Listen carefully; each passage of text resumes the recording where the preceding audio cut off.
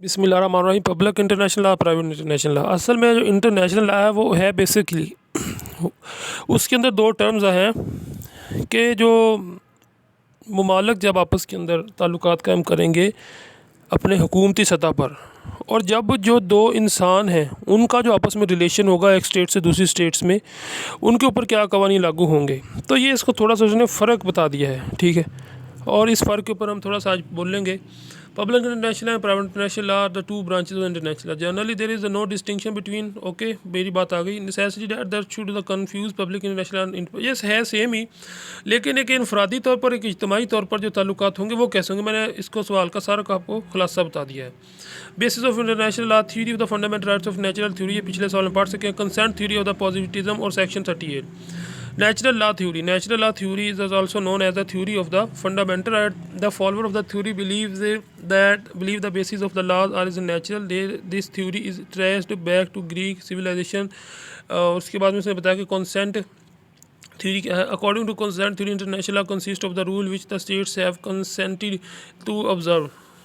The consent may be expressed or implied. So the exponent of the consent theory is the ban shock. उसके बाद में इसने क्या definition the public international law open है हमने की है इंटरनेशनल लॉ की, और जो है वो इसने की inter definition of the private international law. अब private international law is the body of principle determine question as to the jurisdiction, the question as the selection of the appropriate law in civil cases which present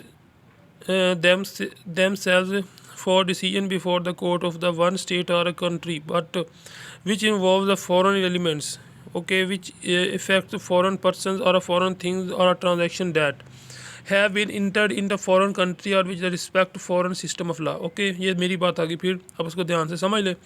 distinction between public and, ये बहुत ही यहाँ से आपको समझ आ जाएगी। As to consent, public international are the based on the consent of the state, while the private international law is based on the consent of the states. Okay, so is not based on the consent of the state. As to object, public international law regulates relationships with the states, while the private international law on which they apply for the two conflicting in a particular case having foreign elements. As to conflict of law, as to nature, as to source, as to application, as to subject, as to municipal law, इसके आपने screen shot लेकर रख लेना और इसको पढ़ लेना है एक दफ़ा, आपको समझ आ जाएगी। ये सबका कंक्लूजन में कह सकते हैं पब्लिक इंटरनेशनल लॉ जो है वो